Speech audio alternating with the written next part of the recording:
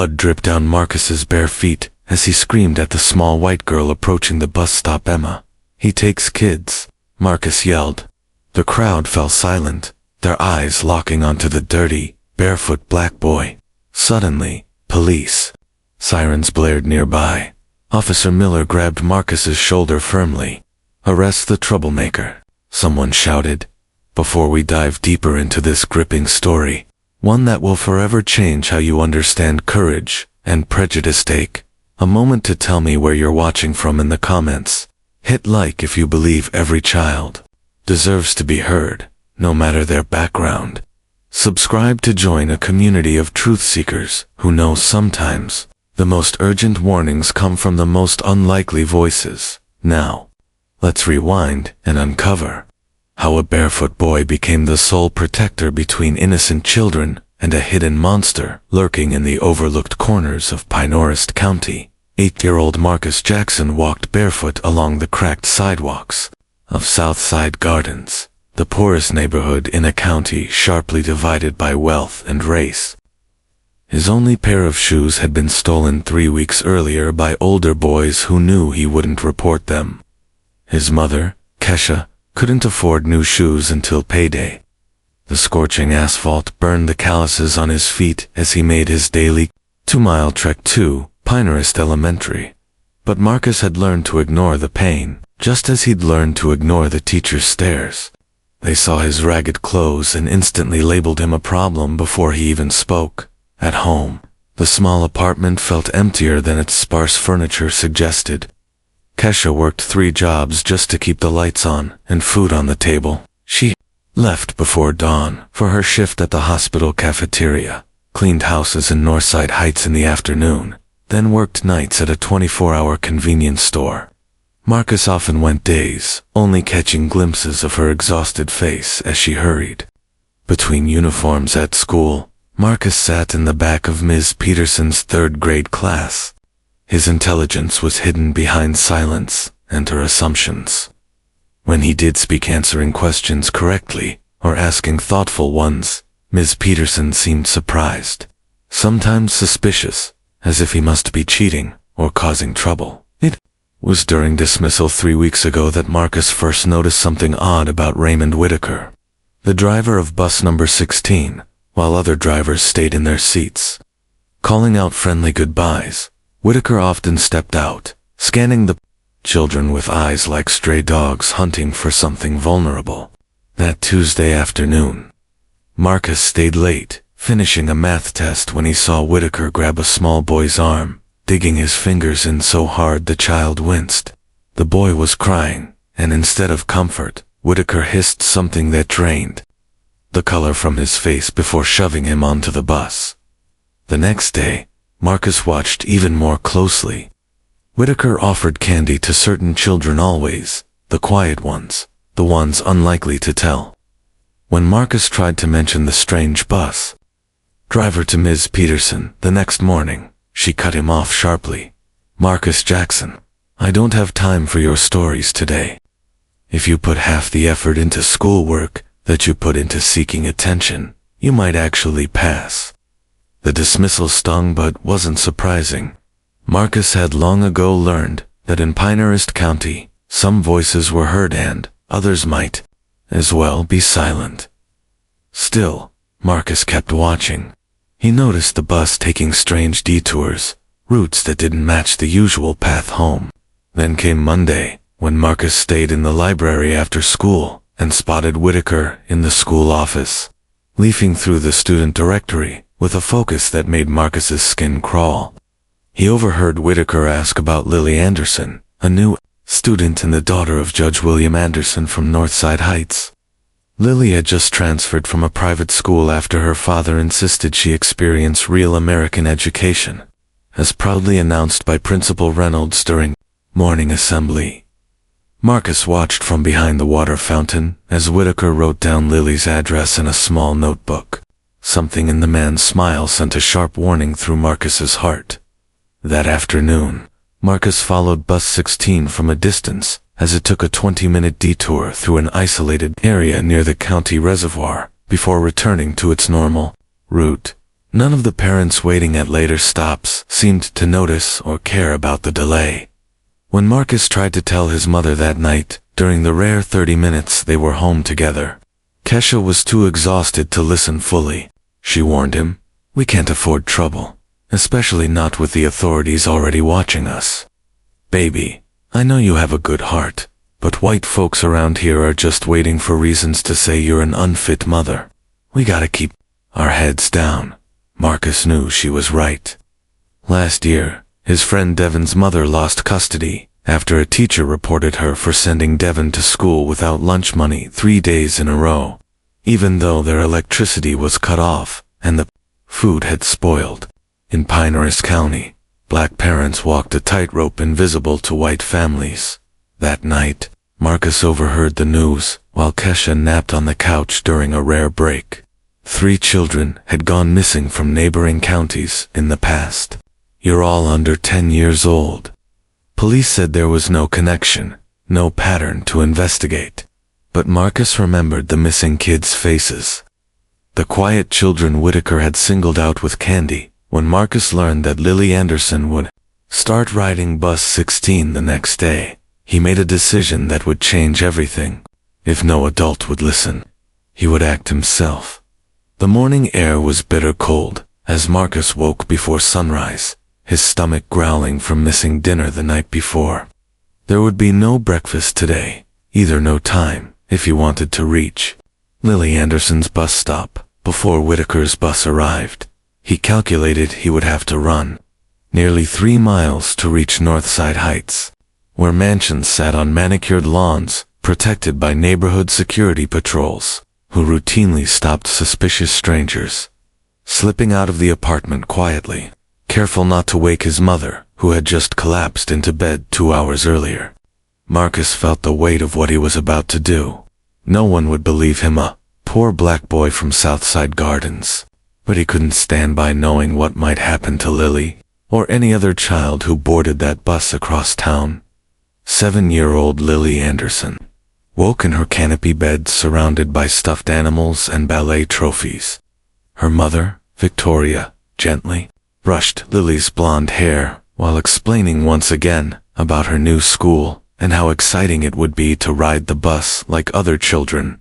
Victoria Anderson, a former debutante, now heading the Pinehurst Country Club's social committee, had initially objected to her husband's decision to move Lily from private school. But Judge William Anderson was adamant Lily should understand the community he served from the bench.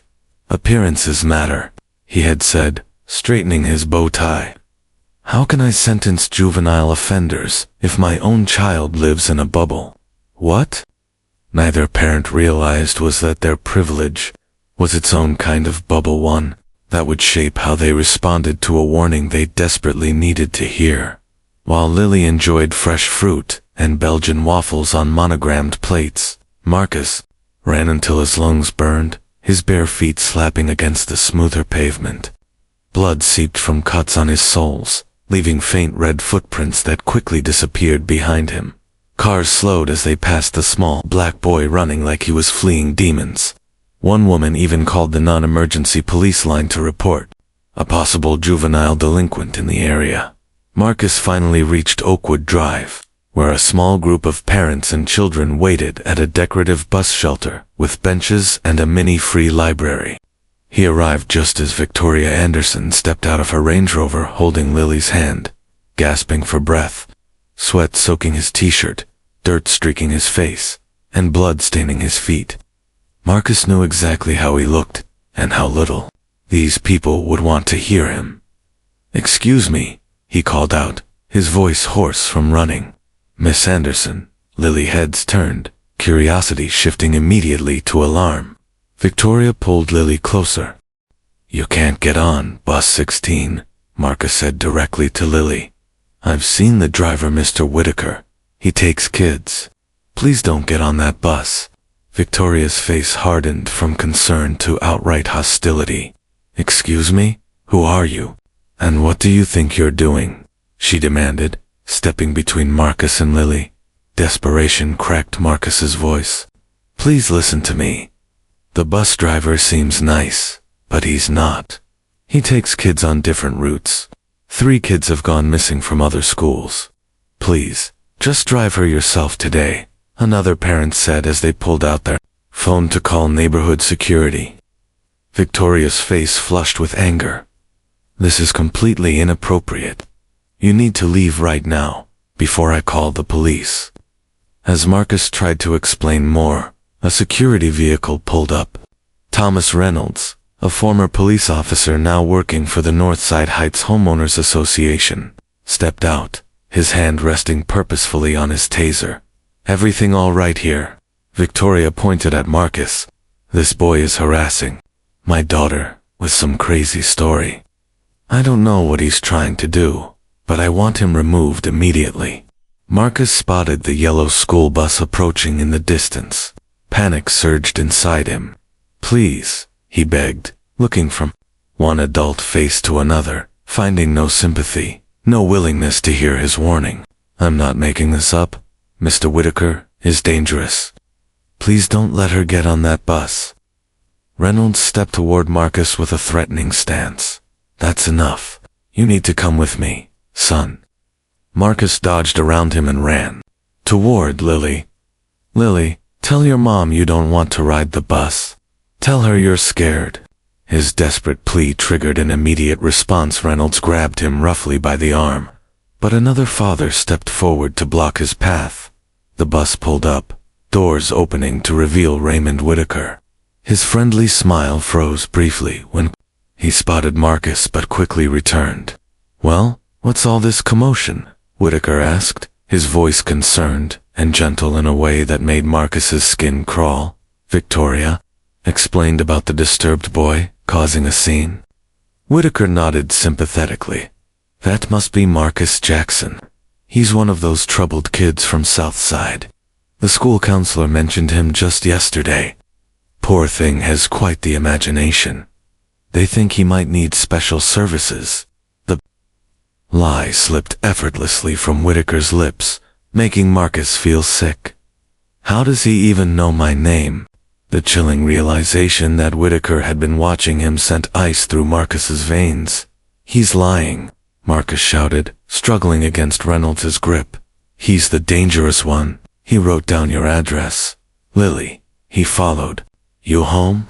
Victoria gasped at what she saw as proof of the boy's derangement. Whitaker shook his head sadly. I think someone should call his mother. He clearly needs supervision. Lily, confused and frightened by the scene, clung to her mother's leg.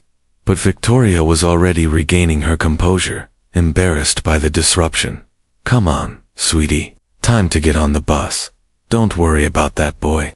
As Victoria guided Lily toward the bus steps, Marcus made one last, desperate attempt. Summoning all his strength, he broke free from Reynolds' grip and screamed, Run, Emma. He takes kids. Using the wrong name in his panic, his mind clouded with the faces of missing children. That's when Reynolds tackled him to the ground, and someone in the crowd called the police, as Marcus was forced into the back of a patrol car. Tears streaming down his face. He watched Lily Anderson climb the steps of bus 16. Whitaker's hand briefly rested on her shoulder before the doors closed between them. The fluorescent lights of the Pinehurst police station buzzed overhead as Marcus sat handcuffed to a chair. His small wrists disappeared in the oversized restraints despite being only 8 years old. None of the officers questioned the decision to cuff him, a silent policy reserved for certain children from certain neighborhoods, regardless of their age or the nature of their offense. Officer James Pearson loomed over Marcus. His buzzcut and rigid posture echoed a military career he often referenced to intimidate suspects. So you thought it would be funny to terrorize a little girl and her mother with stories about kidnapping, is that it? Pearson demanded, his voice echoing in the small interview room where Marcus had sat alone for over an hour before questioning began. No, sir, Marcus replied, barely audible after all the screaming and crying. Mr. Whitaker really is dangerous. I saw him. Pearson cut him off with a dismissive wave. Save it, kid. We've heard all about your behavior problems from your principal. Reynolds already faxed over your record. Marcus's heart sank. His record was full of minor infractions, being late because he had to walk 2 miles to school in the rain, falling asleep in class after staying up caring for his sick mother. Each incident documented without context, now twisted into evidence against him. I'm trying to tell the truth, Marcus insisted, tears welling in his eyes again. Please, someone needs to check on Lily. Mr. Whitaker is going to hurt her. Pearson snorted. Raymond Whitaker has been driving buses in this county for 15 years. He coaches Little League and volunteers at the community center. Meanwhile, you've been caught stealing from the school cafeteria. That had been once, when Marcus hadn't eaten for nearly 2 days and took an extra milk carton. The incident earned him a week of detention and a permanent note in his file for theft of school property. The door opened, and Marcus looked up, hopefully, as his mother entered, still wearing her hospital cafeteria uniform. Her eyes were red from crying or lack of sleep, or maybe both. Behind her came a white woman in a crisp pantsuit who introduced herself as Deborah Williams from Child Protective Services. She deliberately omitted the Ms., which would have been correct for Kesha's unmarried status. We need to discuss your son's behavior and your supervision arrangements, Williams said, her tone cold and accusatory. This was not a discussion, but an indictment. My baby didn't do anything wrong, Kesha said, stepping forward to touch Marcus's shoulder, but hesitating when Officer Pearson subtly blocked her path. Williams consulted her clipboard. Your son trespassed in a private neighborhood, harassed a judge's daughter with disturbing stories about kidnapping, resisted security personnel, and caused a public disturbance. Additionally, he was unsupervised at 6:30 a.m., 3 miles from your residence. Each accusation landed like a nail in a coffin. He appears malnourished and improperly clothed, she added, glancing pointedly at Marcus's bare, bloodied feet. Kesha straightened, dignity rising through exhaustion. I work 3 jobs to keep a roof over our heads. Marcus is a good boy. If he says something's wrong with that bus driver, then something is wrong. Before Williams could respond, the door opened again. Principal Howard Reynolds entered. His resemblance to the security guard who tackled Marcus, no coincidence, they were cousins, part of a network that ruled Pinehurst County more effectively than any law. I came as soon as I heard, Reynolds said, nodding to Officer Pearson, like old friends having played on the same high school football team 20 years ago. Marcus has been exhibiting concerning behaviors for some time, now telling stories, seeking attention, disrupting class, ... Marcus wanted to protest that he rarely spoke up in class specifically, to avoid being accused of causing disruptions. But experience had taught him that trying to defend himself only led to more accusations of talking back, or having an attitude. The door slammed open once again, and Judge William Anderson stormed in, still wearing his judicial robes, as if he had left court proceedings to handle this personal matter. Where is the boy who threatened my daughter? He demanded, his face flushed with righteous, paternal anger. Officer Pearson immediately straightened. Right here, Your Honor. We're just sorting out the charges now. Judge Anderson's cold gaze fixed on Marcus not as a frightened child, but as a threat to be neutralized. I want him charged with harassment, making terroristic threats, and anything else that will keep him away from my family. Terror rose in Marcus's chest. No one was listening. No one would check on Lily. No one would stop Whitaker. Please. Marcus tried again, his voice breaking. Mr. Whitaker is going to take herds like he took those other kids. Please, someone check the bus routes. He goes places he shouldn't. For a brief moment, something flickered on the face of a man standing quietly in the corner, something not quite belief, but perhaps the faintest hint of consideration.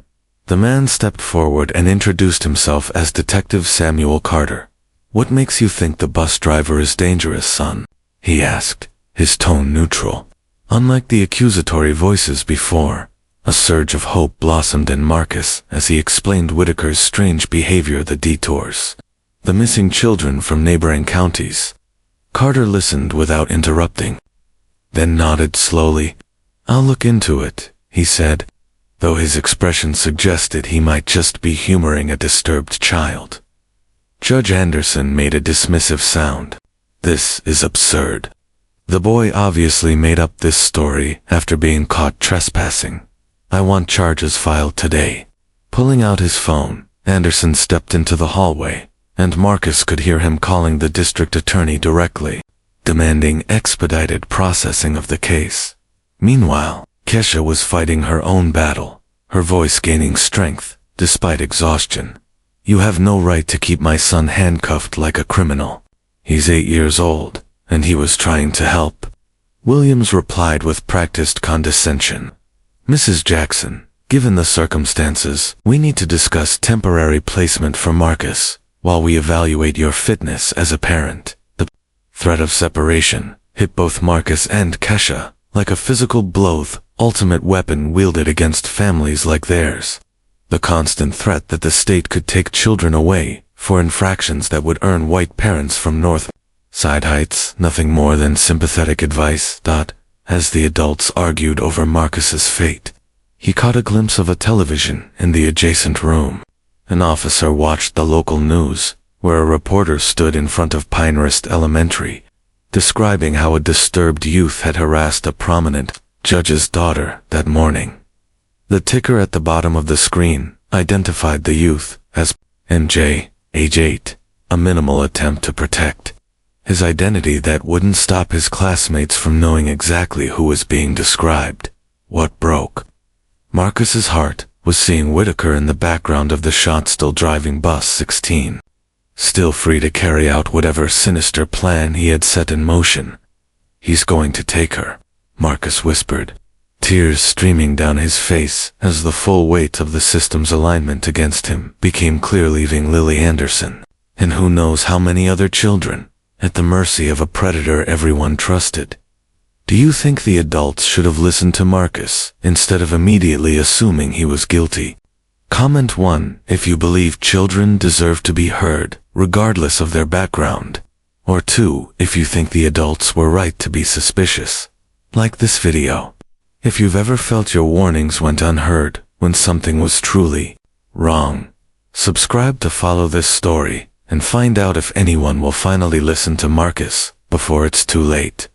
What would you do if you were in Marcus's position, knowing something terrible was about to happen but having no one believe you? How far would you go to protect someone when the entire system is working against you? The clock is ticking for Lily Anderson, and the truth is about to become tragically clear as our story continues. 20-4 hours had passed since Marcus was placed under house arrest, an ankle monitor fastened to his leg by a technician who complained about having to punch extra holes in the band to fit such a small child. Kesha had been forced to call in sick to all 3 of her jobs, risking termination to meet the court's requirement for proper supervision, as if her absence were a choice rather than a financial necessity. They sat together on their warm couch, the television tuned to local news more out of habit than interest. Suddenly, a breaking news banner flashed across the screen. The reporter's grave expression matched her somber tone as she announced it. Lily Anderson, ... The 7-year-old daughter of Judge William Anderson had not returned home from school that afternoon. Marcus felt his blood turn to ice as the reporter explained that Lily had been seen boarding her school bus but never arrived at her designated stop. Kesha's hand found his, squeezing tightly as they both processed the terrible confirmation of Marcus's worst fears. Authorities were focusing their search in the Northside Heights area, the reporter continued, standing in front of the Andersons' sprawling colonial home, where police vehicles and volunteers were already gathering. Not once did the reporter mention the warning sounded just the day before, the desperate attempt of a young boy to prevent exactly this tragedy. Marcus watched in stunned silence as Judge Anderson appeared on screen, his judicial authority momentarily shattered by paternal terror, pleading for any information about his daughter's whereabouts. Victoria Anderson stood beside him, supported by friends, weeping openly as tears streaked her once perfect makeup. There was no acknowledgement of the warning they had dismissed, no recognition that their prejudice might have cost them their daughter. "I have to call them," Marcus said, reaching for the phone despite knowing the consequences if he violated the terms of his house arrest by contacting the victim's family. Kesha stopped him, torn between maternal protectiveness and moral responsibility. "Let me call Detective Carter instead," she said, already dialing the number given to her during yesterday's ordeal. It took 17 calls over 2 hours before Carter finally returned her call. His voice was cautious, as Kesha insisted. He reviewed the bus camera footage and verified Whitaker's route. "Mrs. Jackson," Carter began, his tone suggesting he was humoring her. "We're pursuing all leads, but so far, there's no evidence linking the bus driver to Lily's disappearance." But something in Kesha's fierce mother-to-mother plea seemed to reach him, because later that evening, the news reported that police were reviewing surveillance footage from Bus 16 as part of their investigation. By midnight, when Marcus should have been asleep but instead sat watchful by the window, the story had evolved. Raymond Whitaker's bus had indeed deviated from its approved route that afternoon. A helicopter shot showed police units surrounding a rural property where Lily's backpack had been found, a small pink bag adorned with unicorn patches, discarded near an abandoned hunting cabin owned by Whitaker's brother. Still, the authorities resisted fully connecting the dots. The police spokesperson carefully avoided any mention of Marcus's warning or acknowledgement. That crucial information had been dismissed due to its source, unable to bear the thought of Lily alone and frightened. While the adults wasted time protecting their reputations, Marcus made a decision that could land him in juvenile detention. Carefully, he slid the ankle monitor off his thin leg, a trick taught to him by an older boy in the neighborhood, showing how these adult-sized restraints could be removed by smaller children if they were willing to endure some pain. Marcus slipped out of the apartment while his mother finally dozed after 36 sleepless hours. The night air bit at his skin as he ran toward the gathering of searchers at the edge of Southside Gardens, where Reverend Michael Johnson of New Hope Baptist Church was organizing volunteers from the black community. These searchers had taken it upon themselves to comb areas ignored by the official search, which remained concentrated in Northside Heights, despite evidence pointing elsewhere. "I need to help," Marcus told Reverend Johnson, who recognized him immediately. The boy, labeled a troublemaker for trying to prevent this very situation, instead of sending him home. The Reverend nodded gravely, understanding the burden of knowledge the boy carried.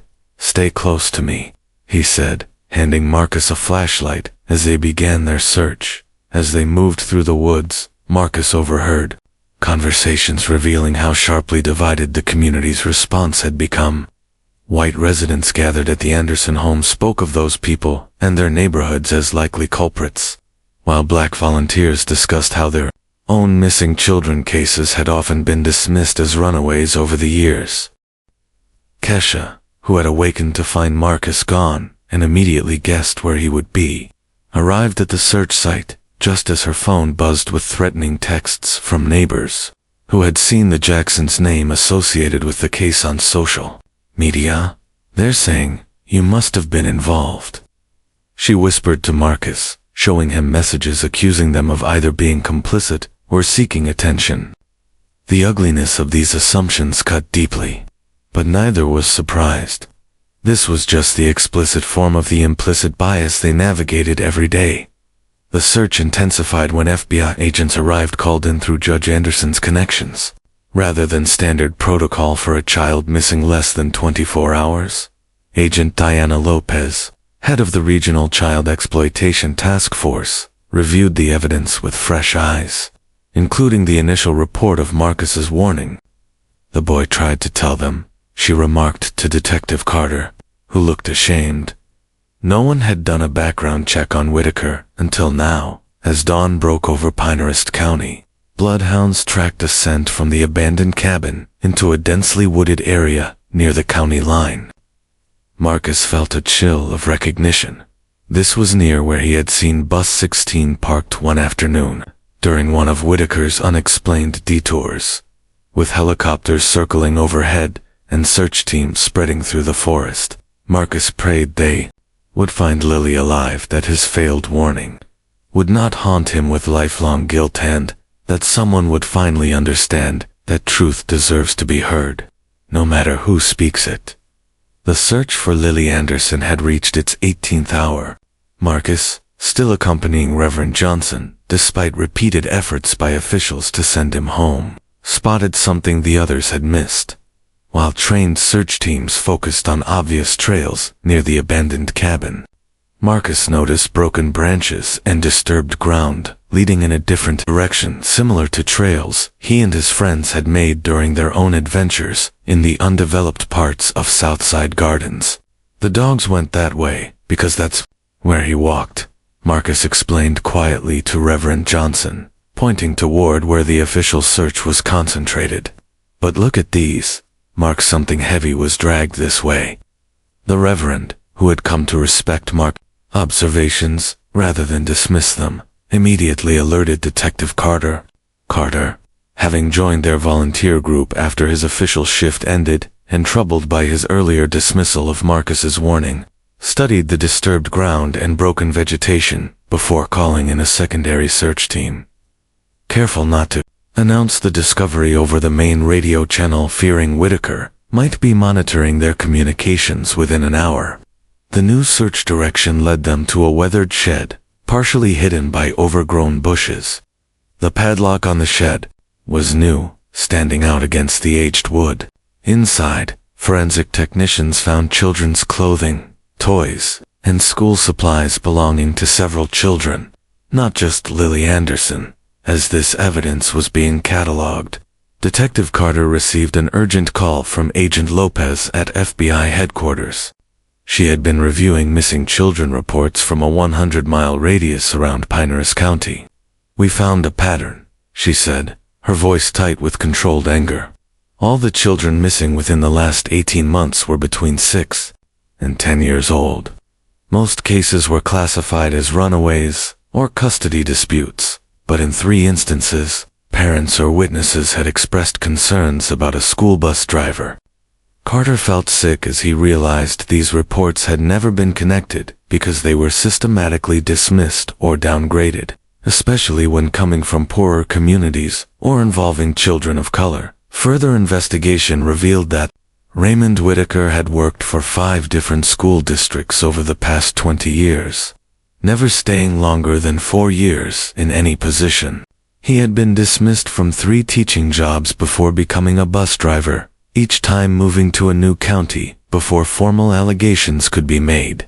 Most disturbing, Carter discovered that complaints about Whitaker had been buried within the Pinehurst County School District, with formal letters from concerned parents mysteriously missing from his file. The link between these disappearances and Whitaker's employment history might have remained hidden if not for Marcus's persistent warnings, which forced authorities to finally investigate. While Carter pieced together this horrifying puzzle, Victoria Anderson arrived at the Search Command Center. Her designer clothes had been replaced by practical jeans and a sweater, her face bare of makeup and marked by fear. When she spotted Marcus among the volunteers, she pushed through the crowd until she stood before him, her composure breaking. "You tried to tell us," she said, her voice trembling. "You tried to warn me, and I wouldn't listen. I saw your clothes and your skin and decided you couldn't possibly be telling the truth." Her brutal honesty about her own prejudice hung heavily between them. "I'm so sorry. Please help us find my daughter." This public admission from a prominent white woman sent ripples through the crowd, forcing many to confront their own similar reactions to Marcus's warning. Judge Anderson, who had been directing the search with all his influence, ensuring every available resource was deployed, approached more cautiously. Unlike his wife, He couldn't bring himself to openly admit his mistake, but asked Marcus to recount everything he had observed about Whitaker in recent weeks. As Marcus described the detours, strange behavior, and the frightened children, FBI agents matched his observations to the emerging timeline of disappearances. Meanwhile, police located and arrested Whitaker's brother, Gerald, who owned the property where Lily's backpack was found. Gerald refused to cooperate, demanding a lawyer and claiming ignorance of his brother's activities. Despite evidence showing he had visited the cabin regularly, the investigation appeared to be stalling, until Marcus suddenly remembered something he had overheard weeks earlier while hiding in the library after school. Whitaker had been on the phone, telling someone he would be late because he needed to check on the river property first. He seemed worried about flooding or something similar. Detective Carter immediately cross-referenced property records and discovered the Whitaker family still owned land along the county riverland supposedly sold years ago, though the deed transfer may have been forged, as search teams redirected toward this new location. Tension grew among the exhausted volunteers and desperate family members. Just before sunset, a police helicopter spotted something that sent a chill through every searcher's veins: an abandoned yellow school bus, partially hidden under camouflage netting in a clearing near the river, 2 miles from any marked road. Night was falling as every available law enforcement unit converged on the bus's location, but the dense forest and marshy ground made vehicle access impossible for the last mile.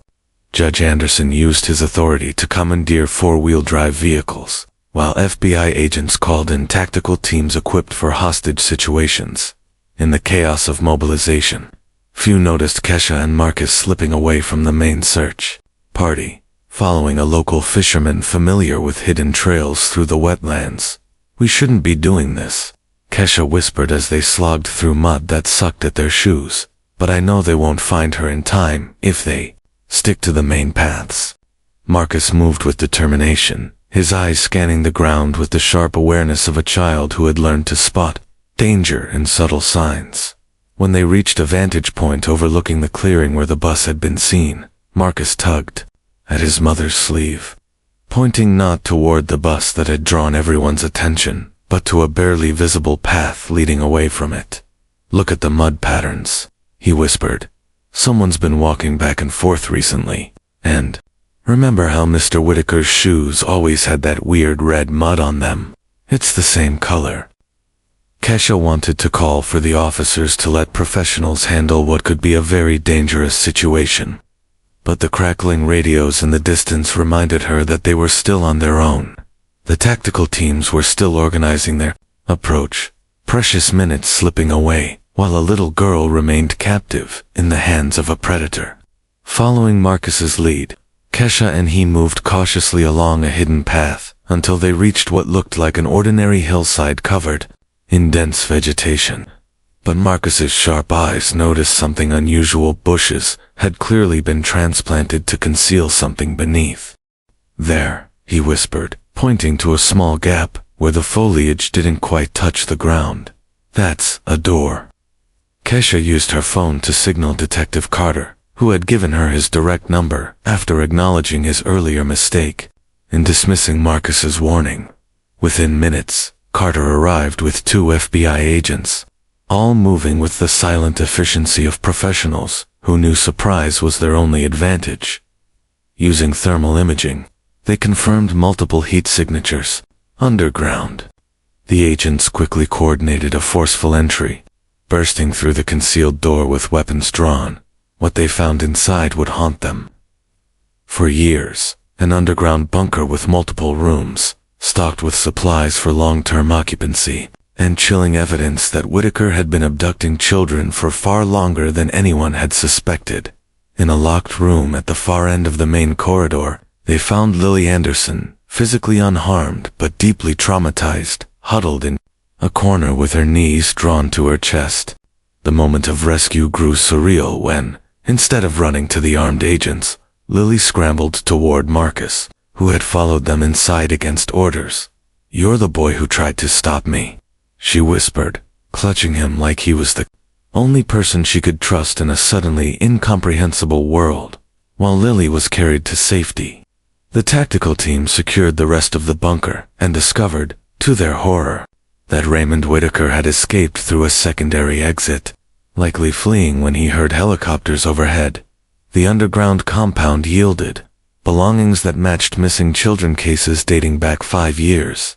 As news of Lily's rescue spread, media trucks swarmed the scene, their bright lights creating an artificial daylight in the forest clearing. Judge Anderson and Victoria arrived by police escort, rushing to their daughter with the desperate relief of parents granted a second chance after facing their worst nightmare. In the chaos of the emotional reunion, Marcus and Kesha were pushed to the sidelines.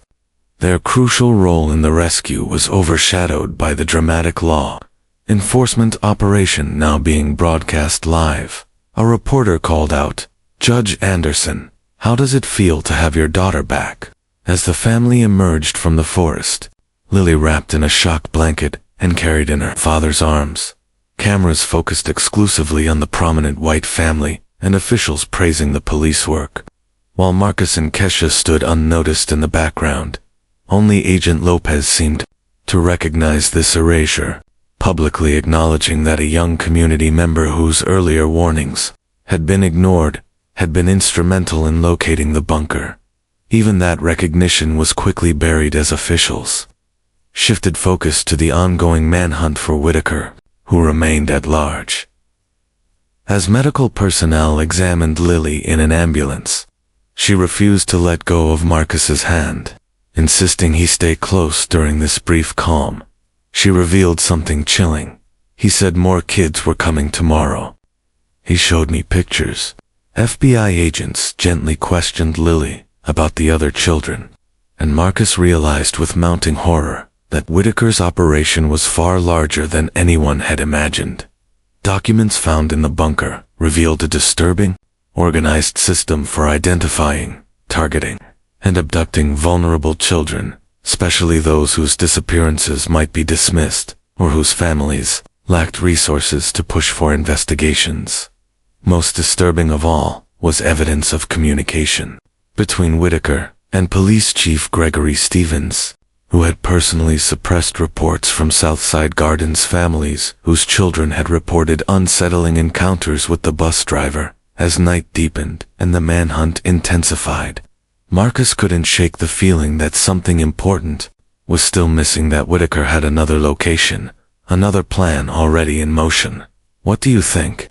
Should Marcus keep helping with the investigation, despite the risks, or should he stay safe with his mother now that Lily is found?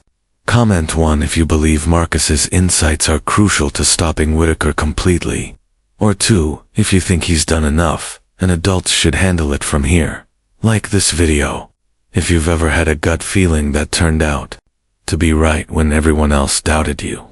Subscribe to follow the story and find out if authorities catch Whitaker before more children are harmed, and how the community confronts the prejudice that allowed him to operate for so long. What signs of danger do you think adults miss when they judge too quickly based on appearances?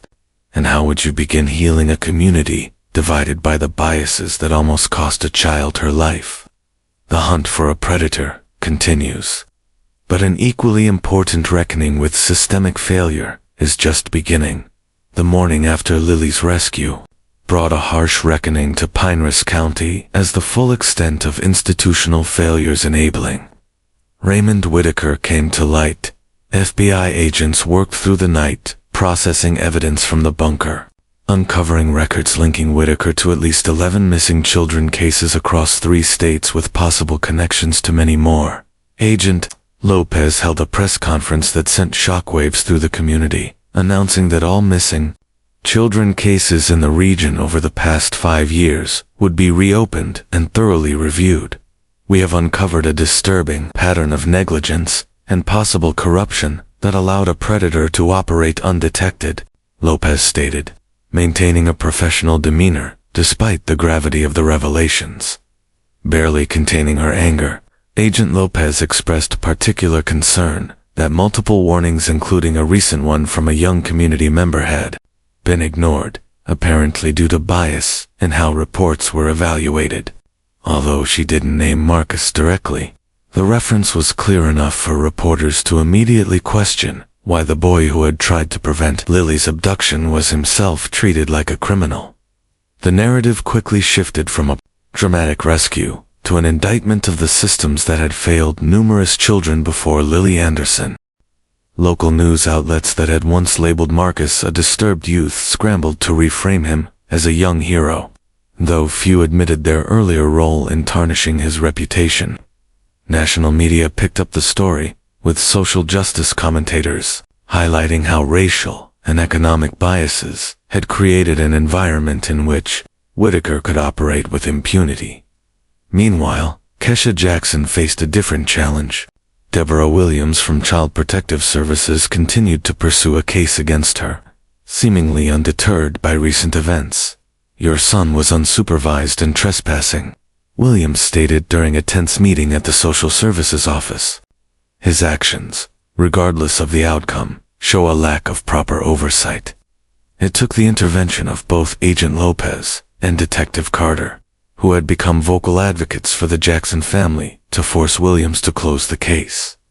"The only reason Marcus wasn't supervised that morning," Carter said bluntly, "is because his mother works 3 jobs to support him." After her husband was sentenced to 20 years by Judge Anderson for possessing an amount of marijuana that's now legal in half the country. If you want to talk about systemic failure, start there. Judge Anderson himself was going through a painful period of self-reflection as he sat beside his daughter's hospital bed. Lily was physically unharmed, but deeply traumatized, speaking little, except when Marcus visited, at which point she would become animated, repeatedly telling anyone who would listen that he tried to save me, and nobody listened. When Victoria gently asked why she felt safe with Marcus, Lily's answer struck at the heart of their family's privileged blindness, because he saw the monster when everyone else just saw what they wanted to see. This insight prompted Judge Anderson to request a meeting with Kesha and Marcus, where he did something few had ever seen. He admitted he was wrong. "My position and privilege allowed me to dismiss your son's warning because of who he was, rather than what he was saying," Anderson confessed, struggling with words that challenged his self-image as a fair-minded jurist. "I can never fully repay what I owe him, but I promise this experience will change how I approach my duties on the bench." This personal reckoning coincided with broader community upheaval as more families came forward with stories of dismissed reports and ignored warnings.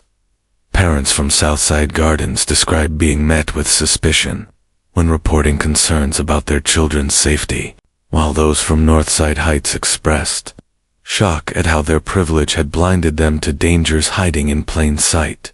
Victoria Anderson, transformed by nearly losing her daughter, organized a meeting between mothers from both communities, creating a space for painful but necessary conversations about how biases had endangered all their children for too long. "We've seen safety as something to be hoarded in our protected neighborhoods, rather than extended to every child in our community," she admitted to the gathered women. "My daughter almost paid the ultimate price for that mistake." As these community discussions unfolded, Marcus struggled with his own trauma nightmares and anxiety, made returning to school impossible. The boy who had found the courage to stand alone against disbelief and dismissal now flinched at sudden movements and whispered instead of spoke. The weight of what he had witnessed and what might have happened overwhelmed his young mind. It was Lily who insisted on seeing him regularly. The two children found comfort in each other's understanding of an experience no one else could fully grasp. During one such visit, Lily shared something that sent investigators racing back to the evidence. Whitaker had shown her photos of other children and mentioned specific plans for them, details that matched upcoming field trips at 2 elementary schools in neighboring counties. This critical information led to FBI surveillance operations, which confirmed a network extending beyond Whitaker and his brother. with connections reaching into local government and law enforcement. Police Chief Gregory Stevens was arrested for obstruction of justice and evidence tampering after forensic analysis revealed deleted reports and altered witness statements related to previous Whitaker incidents. Principal Howard Reynolds was forced to resign after emails surfaced showing he had buried complaints from parents and teachers while actively helping Whitaker gain access to student information. Each new revelation deepened the community's sense of betrayal and raised urgent questions about who could be trusted to protect Pinellas County's most vulnerable citizens. Institutions scrambled to demonstrate accountability and reform as the manhunt for Raymond Whitaker intensified, with wanted posters appearing on every street corner and hourly updates on local radio. Yet, despite the massive law enforcement presence, Whitaker remained at large, terrifying reminder that the systems designed to protect children had failed at the most fundamental level and might still be compromised by those who enabled him. For Marcus and his mother, each day brought new awareness that the predator who had targeted so many children now had another reason for vengeance. The boy who had finally exposed him to the world.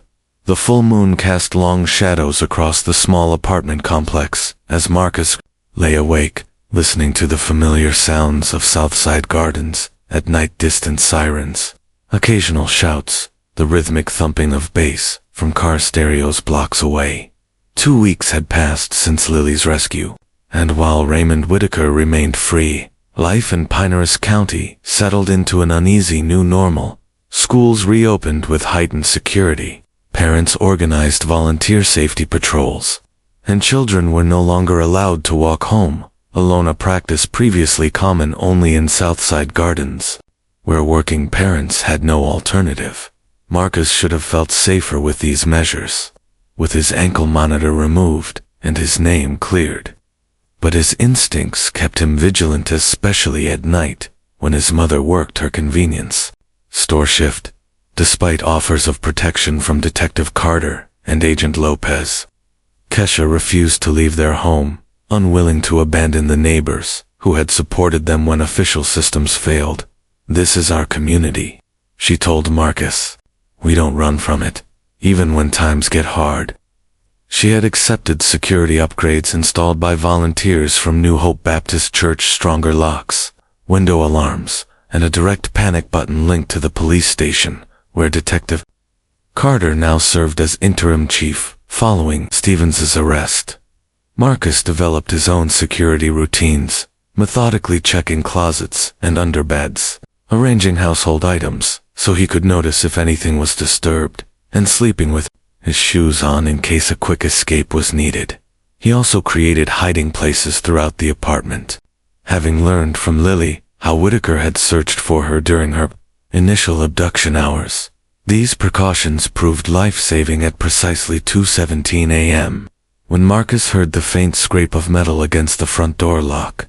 Moving silently, as practiced, he slipped from bed to the hallway closet, pulling the door nearly closed while maintaining a narrow line of sight through the crack. He watched in horror as the door eased open and a familiar silhouette slipped in. Whitaker had come for revenge. The bus driver moved with practiced stealth, bypassing the panic button's location as if he knew exactly where it was, mounted, suggesting connections to the security installation that had yet to be uncovered. Marcus held his breath as Whitaker methodically searched the small apartment, first checking Kesha's empty bedroom before moving toward Marcus's room with the patience of a hunter.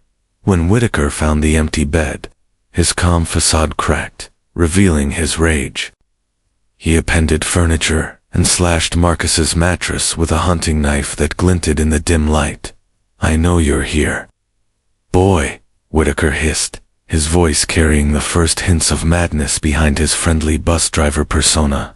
"You think you're smart, but you have no idea who you're dealing with. I've been taking children for 20 years, and no one ever caught me until you came along." The admission, intended to terrify, instead confirmed for Marcus that he had been right all along. His instincts had saved Lily, and potentially many others. He stayed motionless in his hiding place, watching as Whitaker's agitation grew with each passing minute. The standoff might have lasted until dawn if not for the sound of Kesha's key in the lock. Her shift had ended early due to a scheduling change she hadn't been able to communicate. Marcus wanted to scream a warning but knew any sound would reveal his location, putting them both at risk. He watched in horror as Kesha entered, her exhausted expression turning to terror when Whitaker lunged at her, knife raised. What happened next would later be described by Detective Carter as the kind of courage you pray you have, but never want to test. Instead of retreating or freezing, Kesha threw her heavy work bag directly at Whitaker's face, momentarily stunning him and buying crucial seconds to shout, "Run, Marcus." Without hesitation, Marcus burst from the closet and sprinted toward the door. But instead of running straight to safety, he grabbed a baseball bat from beside the entrance and swung it at Whitaker's legs. Though the strike wasn't strong enough to disable the larger man, it created the distraction Kesha needed to join Marcus at the door. Together, they fled into the night, Whitaker's enraged shouts trailing behind them as they raced toward the neighboring apartment. There, Mrs. Washington, a retired nurse, who had known Marcus since he was a baby, took them in without question. Within minutes, the entire building was awake. Neighbors who had previously avoided involving themselves in other people's affairs now formed a protective barrier around the Jacksons. Men who had once crossed the street rather than interact with police were now dialing 911, while others armed themselves with whatever they could find, creating a community shield Whitaker could not breach. When patrol cars arrived minutes later, Whitaker had already fled. However, the brief confrontation achieved what weeks of manhunt had failed to do. It revealed his location and demonstrated his increasingly erratic behavior. As dawn broke over Pinterest County, the largest search operation in its history was launched, with law enforcement from 3 states converging on Southside Gardens. Detective Carter and Agent Lopez set up a command center at the community center, where Marcus recounted every detail he could remember about Whitaker's appearance, behavior, and statements. He knew where the panic button was. Marcus explained, his voice steady despite the trauma of the previous night. This observation led to the discovery that one of the volunteers who had installed the security upgrades was Gerald, Whitaker's former cellmate from a brief incarceration years earlier. Another connection missed during background checks. As the manhunt intensified, Lily Anderson insisted on seeing Marcus. Her parents reluctantly brought her to the police protection unit, where the Jacksons had been relocated. The 2 children sat together, comparing notes about Whitaker's habits and behaviors in a clinical, detached way that helped them process their fear while providing investigators with insights only victims could offer. "He always checks his watch when he's planning something," Lily explained, "and he hums when he's angry, not when he's happy, like normal people." These seemingly small details helped build a psychological profile that narrowed search parameters and predicted likely behaviors. Meanwhile, Marcus was developing a plan of his own. At first, he kept it to himself, knowing the adults would never approve. When he finally shared it with Detective Carter, the officer's reaction was exactly what Marcus expected: an absolute refusal. "You're 8 years old," Carter emphasized. "You've done more than enough. This is our job now." But Marcus insisted, explaining that Whitaker's obsession with him created an opportunity that might not come again. "He wants me more than he wants to escape." Marcus reasoned with a maturity beyond his years. "You can use that." After hours of debate involving Kesha, Agent Lopez, and ultimately Judge Anderson himself, a carefully controlled operation was developed. It would use Marcus's insights without putting him in direct danger. The plan relied on Whitaker's knowledge of Marcus's routines and his likely surveillance of the family's movements through his remaining community connections. With extensive precautions including multiple plainclothes officers and remote surveillance, Marcus and his mother returned to visible locations, creating the appearance of normal activity, while carefully leaking information about their temporary return home for essential items scheduled that evening. As predicted, Whitaker emerged from hiding just after sunset, approaching the Jackson apartment complex, unaware that every inch of the property was under surveillance and every potential escape route blocked by tactical teams. What no one fully anticipated was Whitaker's complete psychological collapse, revealed in a rambling monologue he delivered, believing himself to be speaking to Marcus through the apartment door. "You don't understand what you've ruined," he shouted at the empty apartment, where recording devices captured every word. "I was providing a service. Taking children, nobody would miss the ones the system was going to destroy anyway. Then I got sloppy when, after one, they actually started looking." The confession was broadcast live to the command center, where Marcus sat between his mother and Detective Carter. It revealed the twisted rationale that had allowed Whitaker to prey primarily on poor and minority children for years, the belief that their disappearances wouldn't matter to those in power. When Whitaker realized the apartment was empty, his rage exploded. He tried to flee, but found himself surrounded by law enforcement. His final desperate attempt to escape through a maintenance tunnel was thwarted by officers positioned there, based on Marcus's detailed knowledge of the building's layout he'd gained exploring the complex. While waiting for his mother to return from work, the capture required 5 officers to subdue Whitaker, whose strength was fueled by desperation and madness as he fought against the inevitable end of his reign of terror. Once handcuffed and read his Miranda rights, Whitaker locked eyes with Marcus, who was permitted to watch from the safety of a police vehicle. "You think you've won?" Whitaker spat as he was placed in the transport vehicle. "There are others like me everywhere, and they'll keep winning as long as people like you aren't believed." The chilling statement, meant to instill fear, instead reinforced Marcus's growing understanding of his own power, the power of truth. Persistently told, despite attempts to silence it. 3 months after Whitaker's capture, the Pinehurst County Courthouse stood transformed both literally and symbolically. Construction crews had removed the imposing steps that once made the building inaccessible to those with disabilities, replacing them with gently sloping ramps, welcoming all citizens equally. Inside, the portrait gallery of former judges, previously an unbroken line of stern-faced white men, now included newly commissioned artwork, celebrating diverse legal pioneers from across the nation. These physical changes reflected deeper institutional reforms implemented since Whitaker's crimes exposed systemic biases that had enabled him. The largest courtroom was filled beyond capacity as Marcus Jackson approached. As Marcus approached the witness stand, his new shoes squeaked softly against the polished courtroom floor.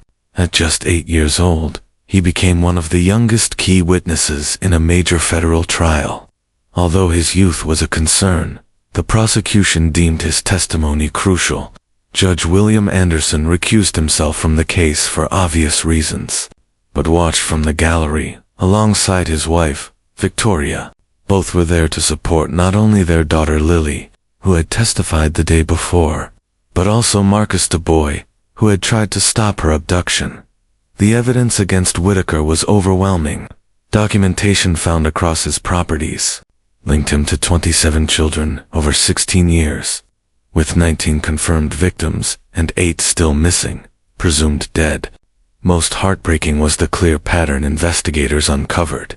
Over 80% of the victims came from minority or low-income communities, exactly the children Whitaker had calculated would receive less attention from authorities.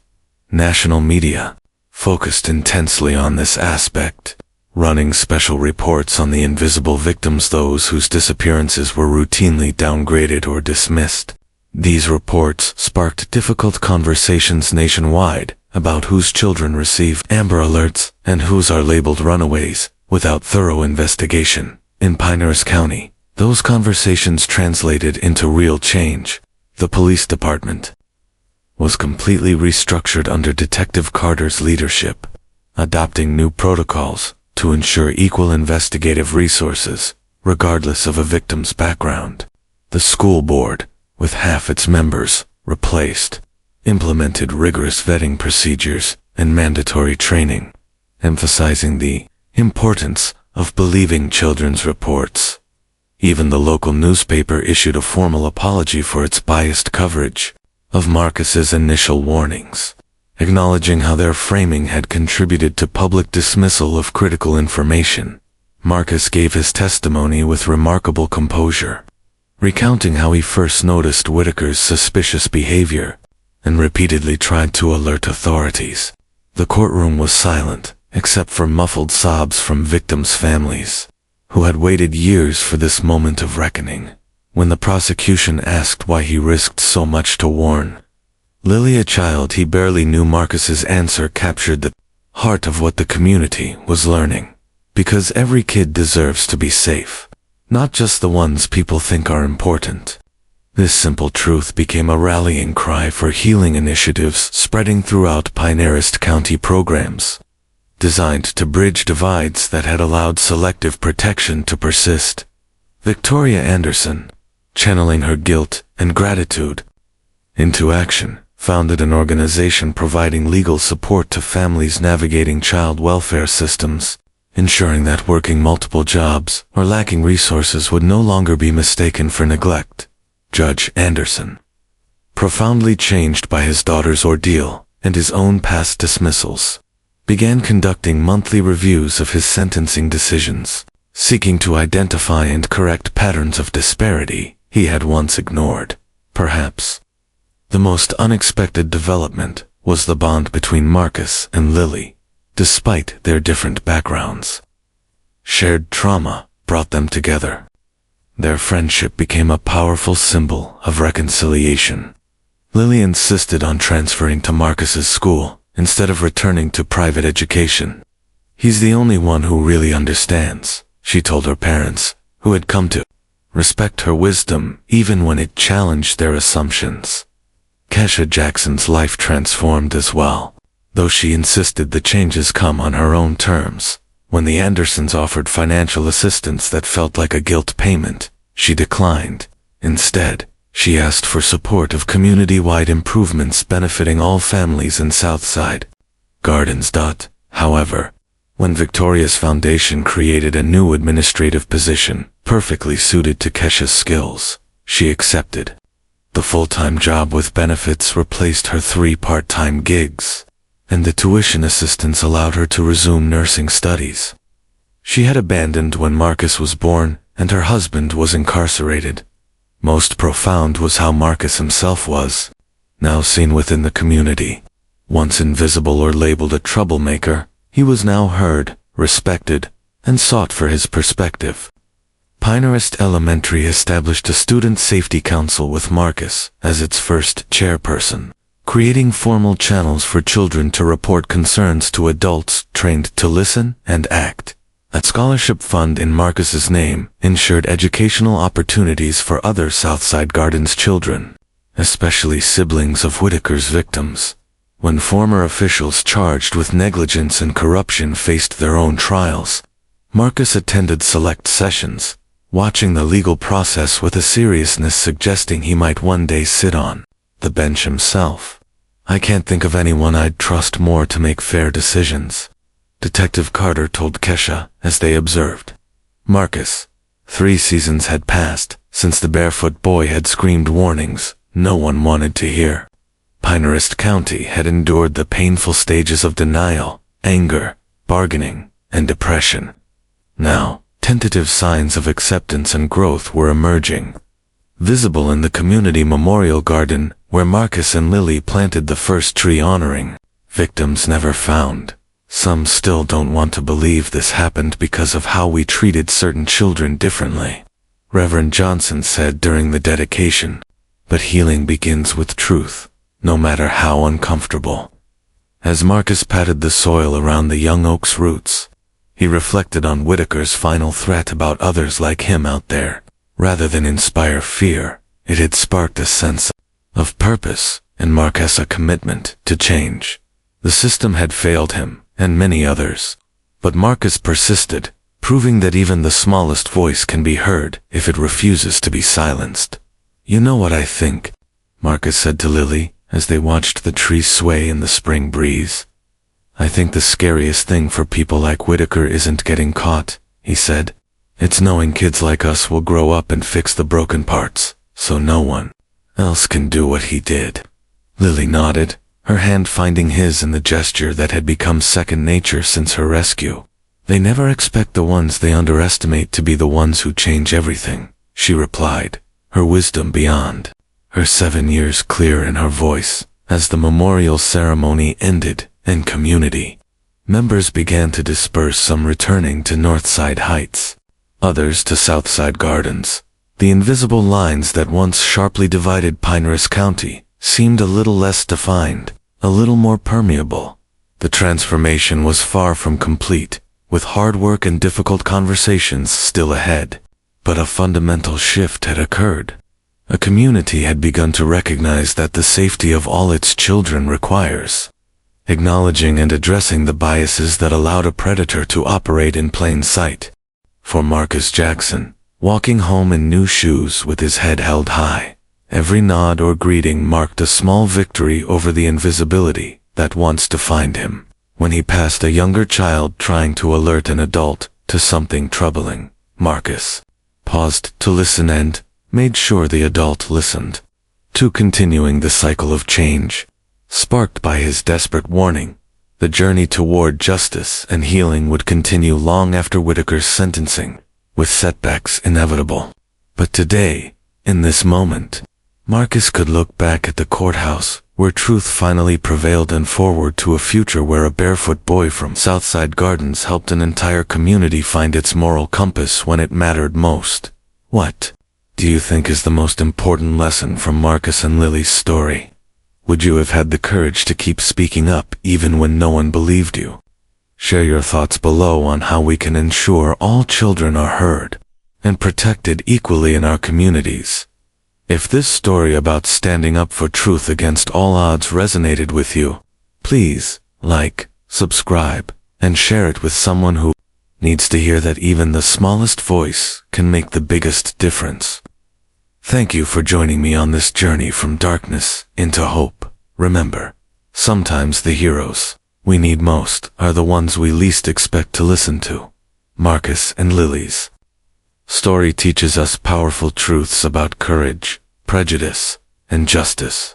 When we dismiss voices because of appearance or background, we create dangerous blind spots that hurt everyone. The bias that labeled Marcus a troublemaker rather than a concerned citizen nearly cost Lily her life, showing how prejudice endangers not just its direct targets, but entire communities. The story reveals how systems protect those who understand and exploit biases while failing the most vulnerable. Whitaker deliberately targeted children he knew would receive less attention, exposing unequal protection in society. We learn that true heroes often come from unexpected places, and children often see truth more clearly because they haven't yet absorbed society's prejudices. Marcus spotted danger adults missed precisely because he hadn't learned to trust a system that never earned his trust. Most importantly, healing begins with acknowledging uncomfortable truths. Every character from Judge Anderson to Detective Carter must recognize their own biases before positive change can occur. The path to justice requires ensuring every voice is heard and valued, no matter who speaks or how they look. Sometimes, the most important warnings come from those we've been conditioned to ignore. Have you ever witnessed wrongdoing but struggled to be believed? Would you have had the courage Marcus showed, even when the system was set to dismiss your voice? Share your experience in the comments. If this story moved you and reminded you that every voice deserves to be heard, regardless of background, please hit the like button to help spread this message. Subscribe to join our community, dedicated to sharing stories that challenge us to look beyond biases and recognize courage wherever it appears. And if you know someone fighting to be heard in their own struggle for justice, share this story with them as a reminder that persistence matters. Thank you for taking this journey from darkness into hope. Remember, sometimes the heroes who change everything are the very ones society teaches us to underestimate.